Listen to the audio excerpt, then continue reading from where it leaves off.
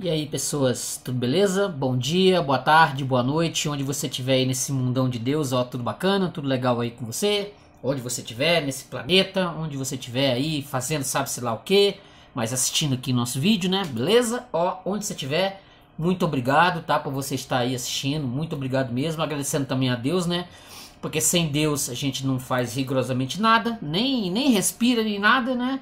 Então, tô aqui agradecendo a você e agradecendo ao Altíssimo por estar aqui, por estarmos aqui, né, mais uma vez com o vídeo, beleza? Ó, antes de qualquer coisa, eu sou o Paulo, para você que não me conhece, eu sou o Paulo do canal Paulo Dharma 1970, Paulo Dharma 1970, mais uma vez aqui com um vídeo belezinha, mais um vídeo bacaninha, beleza? Ó, curte o vídeo, se inscreve no canal, comenta, aperta aí o sininho aí, toda sexta-feira e invariavelmente no sábado vai ter um vídeo, sempre tem um vídeo. Beleza? Você curte o vídeo, se inscreve no canal aí, ó. Se inscreve no canal. E se você quiser também dar uma ajudada, que aqui ninguém é de ferro, né? Beleza? Se você quiser dar uma ajudada com alguns croquetes aí, ó. Aqui, ó. 988-290-767-91 é o meu Pix, beleza? É o meu Pix, Pix do Paulo, beleza? Se você quiser dar uma contribuída, ó, muito obrigado mesmo, tá? Então, ó, curte o vídeo, se inscreve no canal e comenta. Nós já vamos aqui com um negocinho aqui bem legal. Eu não vou falar nada aqui não. Você assista aí. Beleza, gente? Valeu!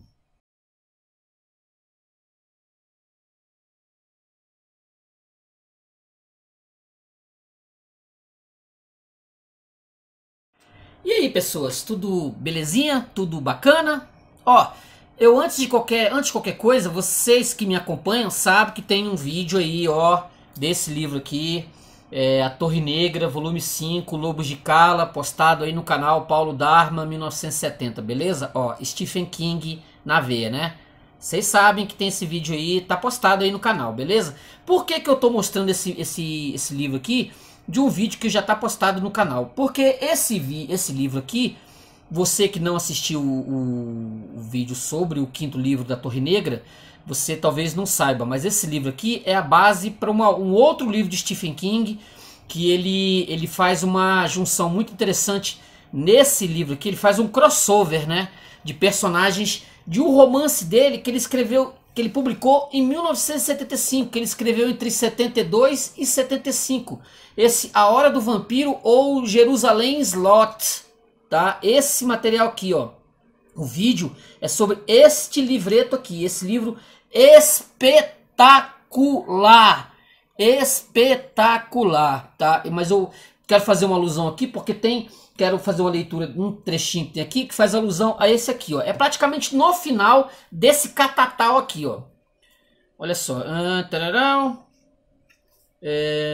Ed olhou o inseguro, assim como Jake e Callahan. Holland voltou mais uma vez para a estante. Parecia de fato estranho ali na escuridão rochosa. E é dono desses livros, meditou Holland. Arriscou tudo para salvá-los. Porque é um filho da puta obsessivo. No entanto, todas as coisas servem ao K e seguem o feixe de luz, disse Holland, e escolheu um livro de prateleira de cima da estante. Ed viu que fora posto de cabeça para baixo, o que lhe pareceu muito como uma coisa que Calvin Tower não faria. Holland segurou o livro nas mãos cicatrizadas, curtidas pelo tempo, parecendo debater a qual dos dois dá-lo. Olhou para Ed, olhou para Callahan, então deu o livro a Jake. Leia para mim o que está escrito na frente. As palavras do mundo de vocês fazem minha cabeça doer. Nadam facilmente em meus olhos, mas quando chego à mente, a maioria torna a nadar. Jake prestava pouca atenção, tinha os olhos cravados na sobrecapa com a foto de uma igrejinha rural. Isso aqui não tem igrejinha rural, né? Mas tudo bem. Ao pôr do sol, Callahan, enquanto isso, adiantara-se à frente dele, a fim de dar uma olhada mais de perto na porta ali parada na gruta sombria. O garoto acabou erguendo os olhos. Mas, Holland, esta não é a cidade de que Perry Callahan nos falou? Aquela onde o vampiro quebrou a cruz dele e o obrigou a beber seu sangue? Callahan virou-se e afastou-se da porta. Como? Jake entregou-lhe o livro sem falar. Callahan pegou, quase arrancou. A Hora do Vampiro. No original deve estar Jerusalém Slot. Leu. Romance de Stephen King. Ergueu os olhos para Ed e depois para Jake. Já ouviram falar nele? Algum de vocês? Não acho que seja da minha época. Jake abanou a cabeça. Ed ia começar a abanar também a sua e então viu alguma coisa. Essa igreja parece o salão da Assembleia de Cala, que é o nome da cidade aqui, né, do Hora de Cala. O bastante para ser quase sua gêmea. Também se parece com o salão da Assembleia Metodista de East Stoneham, construído em 1819, disse Callahan. Portanto, eu imagino que dessa vez temos um caso de trigêmeos.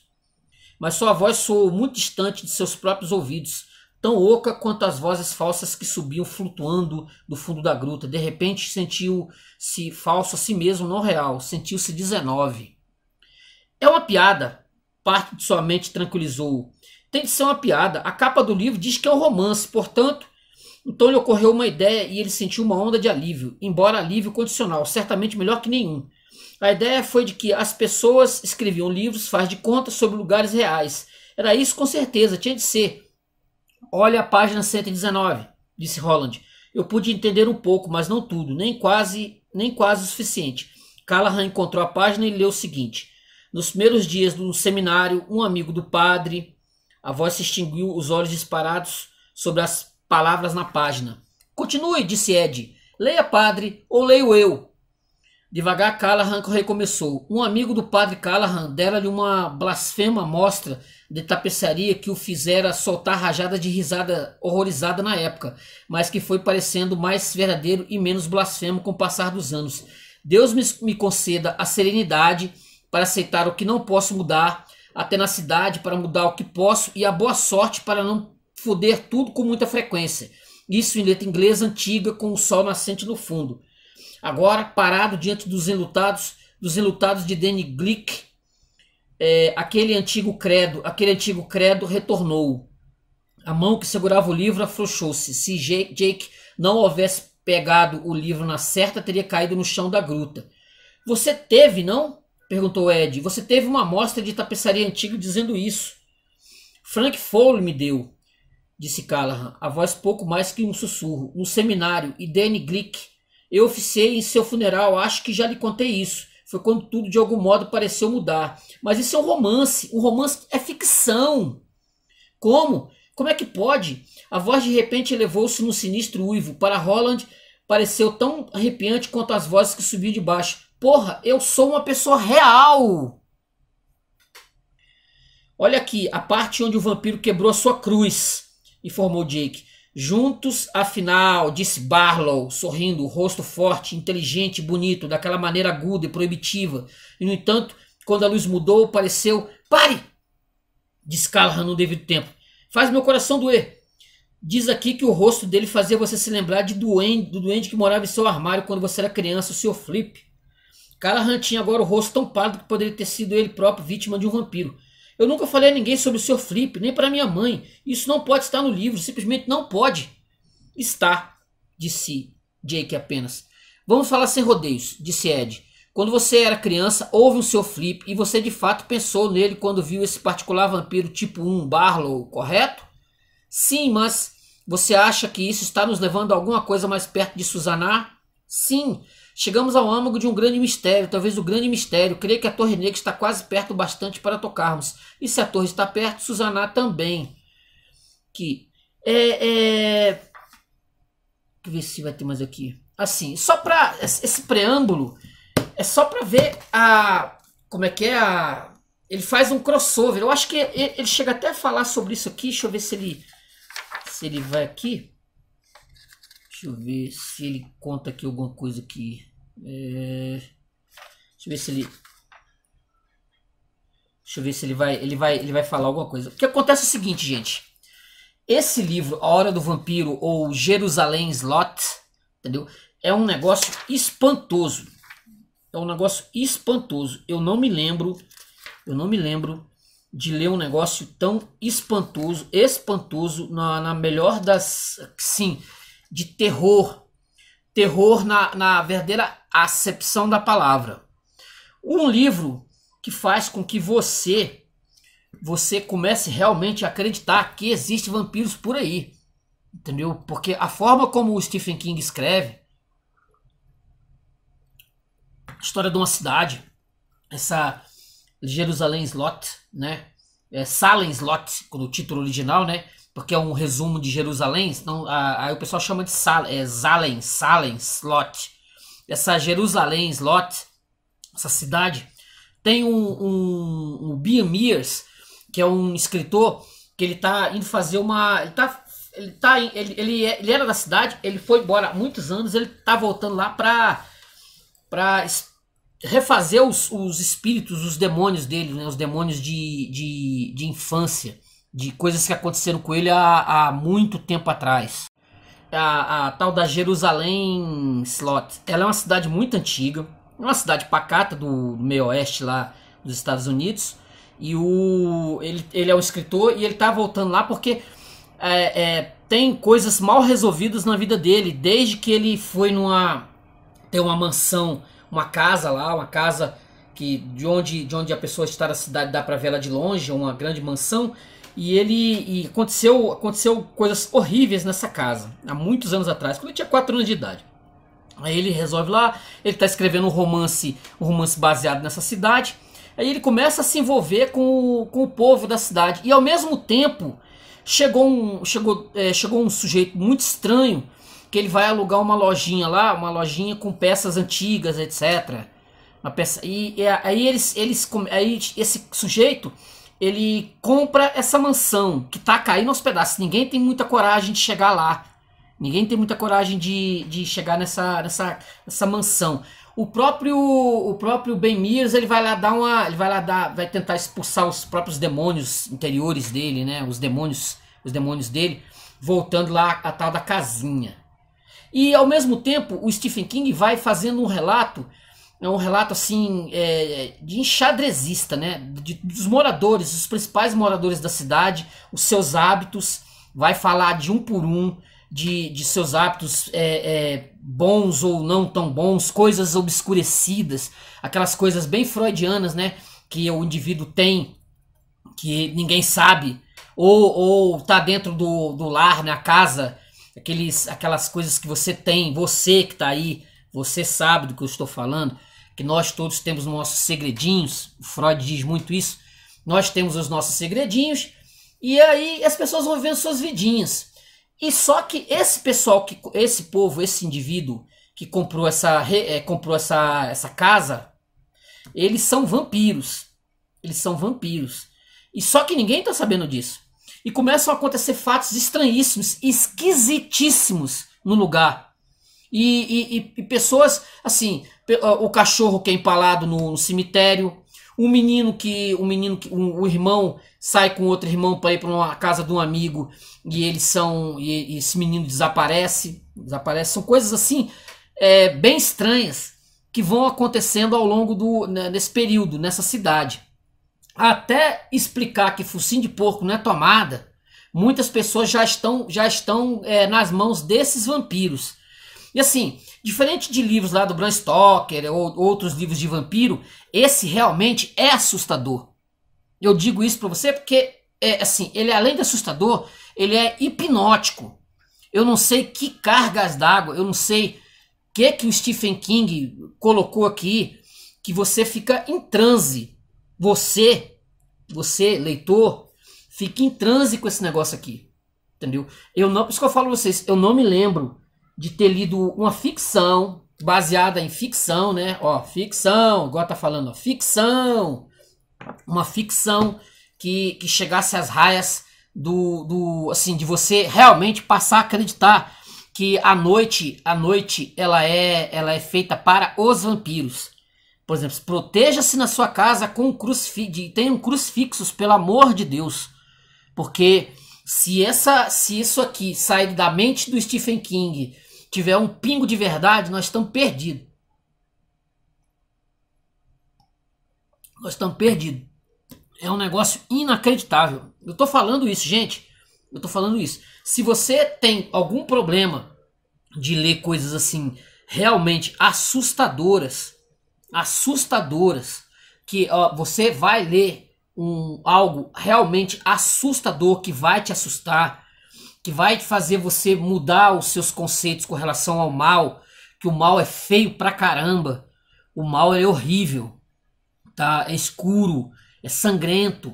O mal, ele não tem... O Stephen King, ele vai colocando magistralmente aqui, ele vai narrando vai narrando essa história, e você se pergunta, se você começa a olhar para trás, se você for andar à noite num descampado, ou se você for andar no meio de uma floresta à noite, você vai lembrar desse material aqui.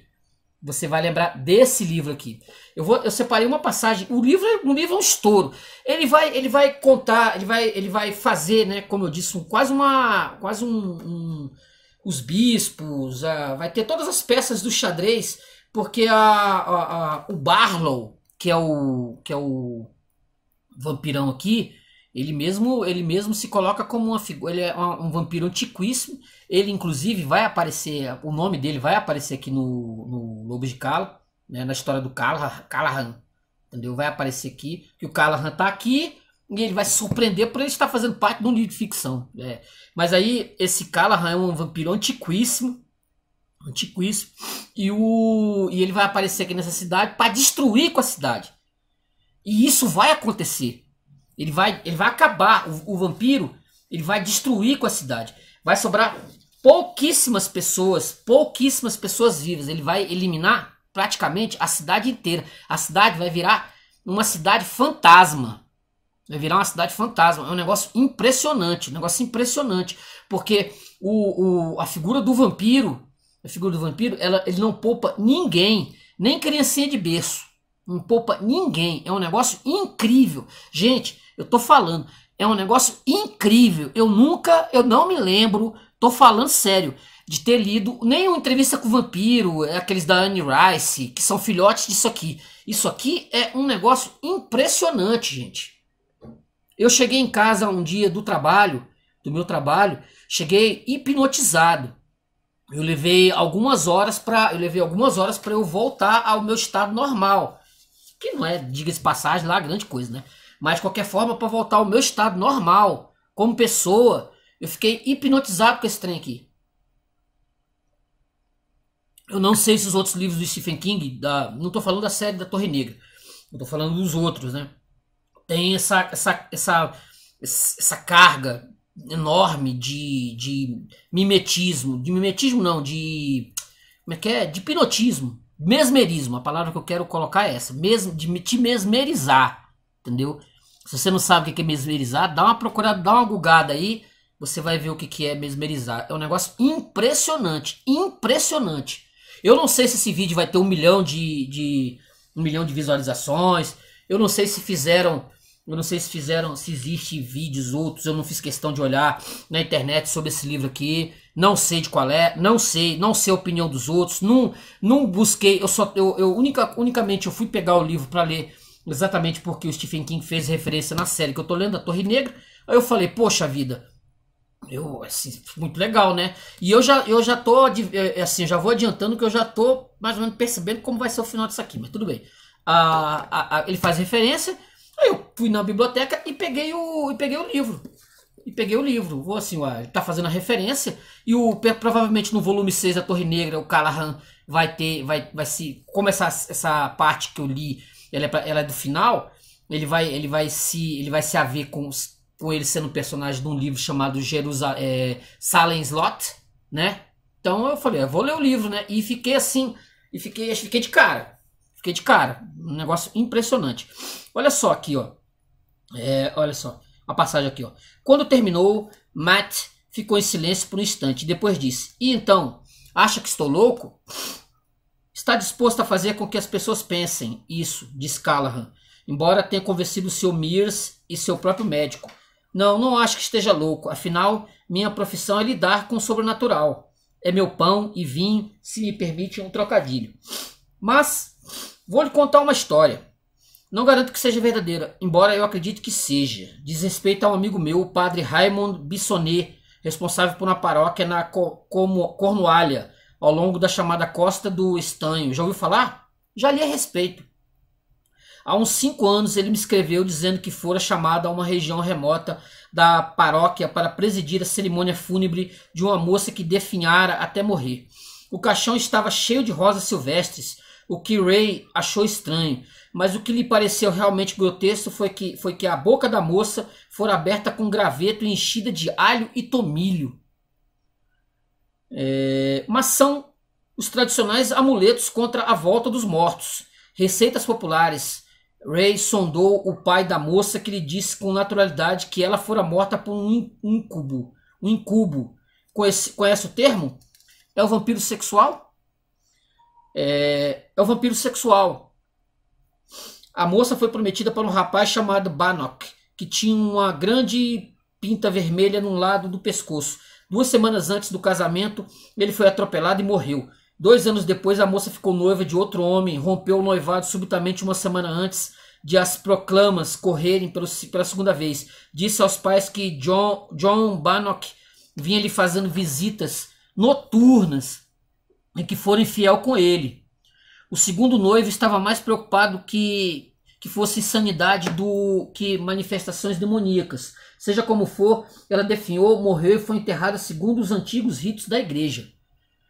Mas não foi esse o motivo da carta de Ray, e sim um fato que ocorreu 2 meses depois do enterro da moça. Enquanto fazia uma caminhada matinal, Ray viu um rapaz de pé ao lado do túmulo, um rapaz com uma pinta vermelha no pescoço. Mas a história ainda não acabou. Ray ganhara uma Polaroid dos pais no Natal anterior e começou a fotografar a paisagem da Cornualha. Tenho algumas dessas fotos na paróquia. São muito boas. Ele estava com a câmera naquela manhã e tirou várias fotos do rapaz. Quando as mostrou no vilarejo, a reação foi surpreendente. Uma velha desmaiou e a mãe da moça começou a rezar no meio da rua. Mas quando Ray levantou na manhã seguinte, o rapaz tinha sumido totalmente das fotografias. Só restaram várias imagens do cemitério. E você acredita nisso? Perguntou Matt. Ah, sim. E acho que a maioria acreditaria.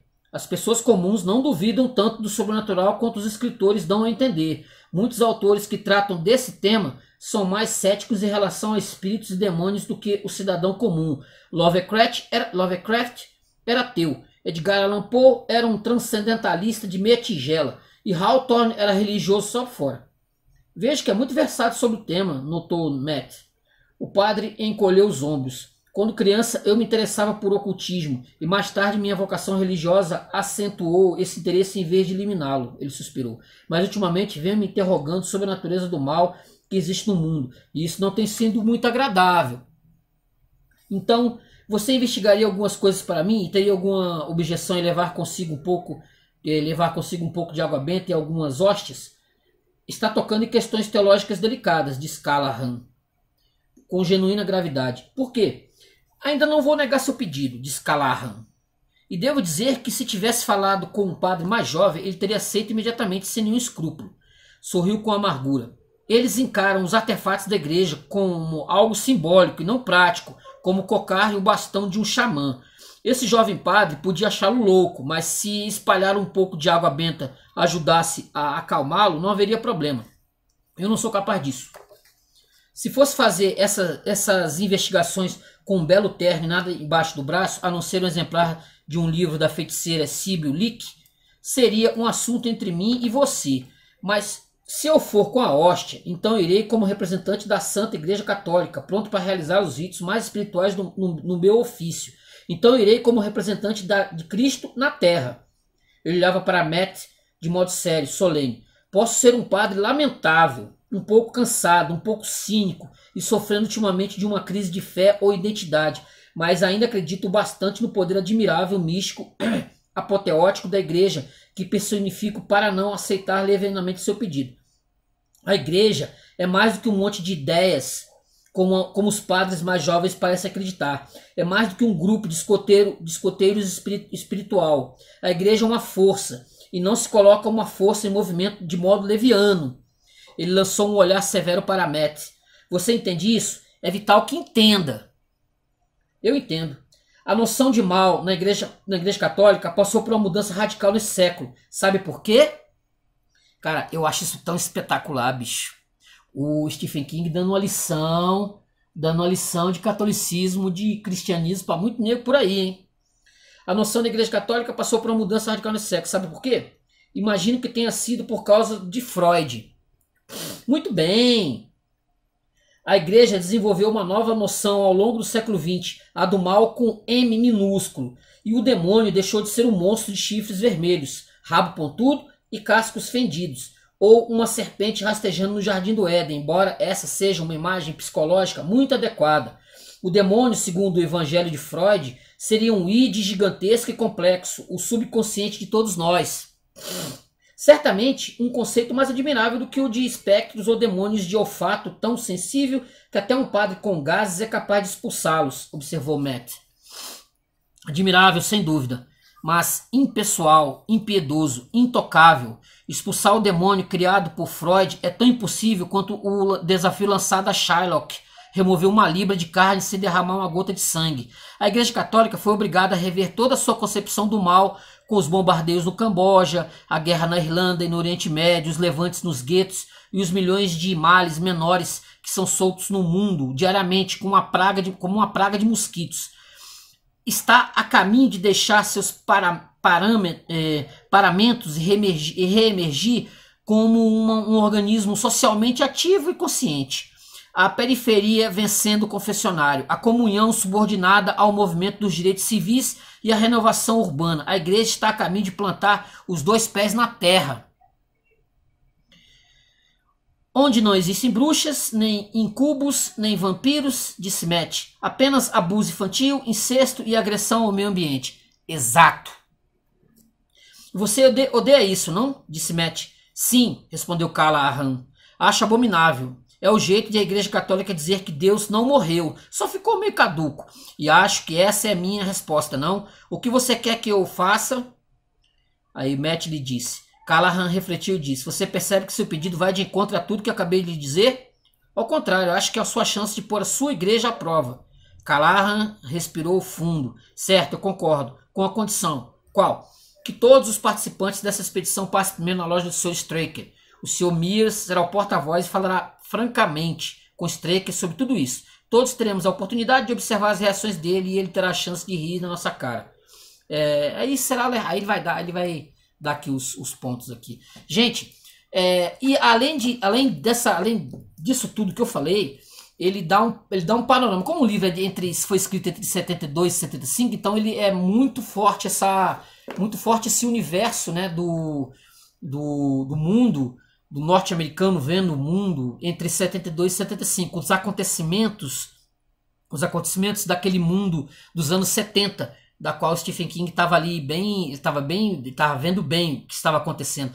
E ele, assim, no meu modo de entender, ele deu uma visão muito boa do que estava sendo e o que acabou virando a Igreja Católica no futuro. Por exemplo, nesse ano que nós estamos vivendo, você sabe qual é o nome do Papa que está lá e você sabe qual é a ideologia que ele serve. Você sabe qual é a ideologia que o Papa serve, entendeu?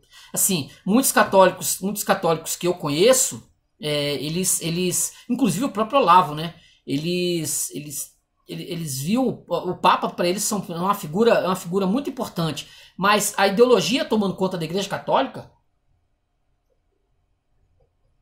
um negócio tenebroso. E aí, essa rasante que ele dá aqui, a partir dando voz ao padre Callahan, né? Callahan, ele dando a voz ao padre, dizendo como é que rumos a Igreja Católica estava, né? E o embate que ele vai ter aqui com o Barlow, o Callahan, que entre essa questão de você ser um padre com fé enfrentando um demônio. Eu digo isso para muito evangélico. Não vai enfrentar um demônio se você não estiver bem preparado. Você tem que estar muito preparado. Se você não tiver, ele te engole, ele te come. Então, gente, é isso. É um livro extraordinário. Olha, um dos melhores romances que eu li aqui nesse canal. Desde que eu tenho um canal, esse provavelmente, eu não vou. A saga a Torre Negra é outra história. Um livro infinito. Mas eu não me lembro de ter lido nesse canal um negócio tão impactante. Você que gosta de mexer com ciências ocultas, você que gosta de ler materiais desse naipe, esse livro ele é espetacular e tem muita coisa. Eu fico imaginando, o Stephen King tá ensinando a gente pra caramba aqui. Agora, eu não sei se foi filmado, não sei dizer pra vocês. Se vocês viram alguma coisa, eu não tive tempo. Eu só li o livro, eu só peguei o livro e li. Eu não busquei nada, nenhuma informação na internet, não fui atrás de saber se tem filme, não vi nada a respeito. Sim, não tô sabendo. Se tiver, cara, deve ser um filmaço, hein? Deve ser um filmaço, eu não sei. O nome do livro é Salem Slot. Provavelmente deve ter alguma coisa. Deve ter sido filmado. Entendeu? Deve ter sido filmado. Olha só o que o Stephen King botou aqui com a notinha aqui no início do livro, ó. Ó. Ninguém escreve um romance longo sozinho. Eu gostaria de roubar um instante de seu tempo para agradecer algumas pessoas que me ajudaram nessa. Aí vai ter um nome aqui das pessoas. Papapá. Ó, embora as cidades nas cercanias de Salem Slot sejam muito reais, a própria Salem Slot existe tão somente na imaginação do autor. E quaisquer semelhanças entre as pessoas que lá vivem e pessoas que vivem no mundo real é mera coincidência e não é proposital. Ai, bicho, é demais, cara. Gente, eu tô pasmo. Eu tô pasmo com isso aqui, cara. Eu não vou sair pegando livros do Stephen King pra ler por aí, né? Mas esse aqui já é uma... Beleza? Ó, falei um pouquinho aqui do Salem Slot, né? A Hora do Vampiro, segundo a tradução, segundo o título em português, né? Um pouquinho do livro, tá? O livro ele tem personagens pra caramba. Ele tá falando de uma cidade, tá?